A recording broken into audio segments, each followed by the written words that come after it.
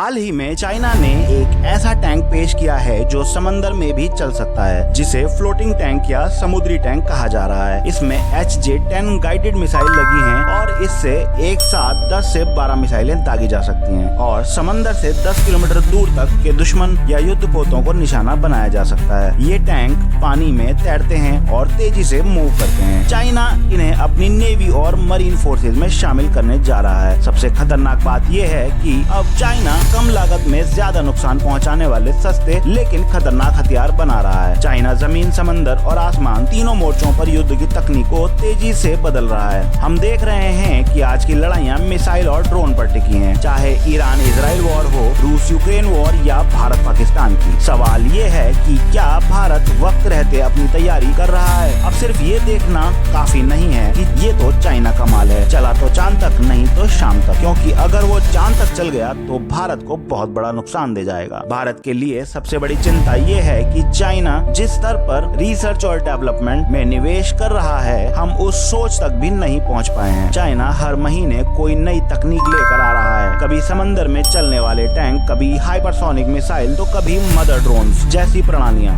वह युद्ध के तरीके ही बदल देना चाहता है। हमें इसका पता तब चलता है जब वह तकनीक पूरी तरह तैयार कर चुका होता है। अगर भारत अब भी पारंपरिक सोच में उलझा रहा तो हमें ये समझने में देर हो जाएगी कि दुश्मन ने कहां और कैसे हमला कर दिया। चाइना का यह फ्लोटिंग टैंक महज एक हथियार नहीं बल्कि एक चेतावनी भी है कि भविष्य की जंग ताकत से नहीं बल्कि तकनीक से जीती जाने वाली है। अगर हमने अभी से अपनी रणनीति और तकनीकी तैयारी नहीं बदली तो हमें गंभीर नुकसान झेलने पड़ सकते हैं और तब तक बहुत देर हो चुकी होगी। ऐसे लेटेस्ट अपडेट जानने के लिए तुरंत हमारे चैनल को सब्सक्राइब कीजिए। धन्यवाद।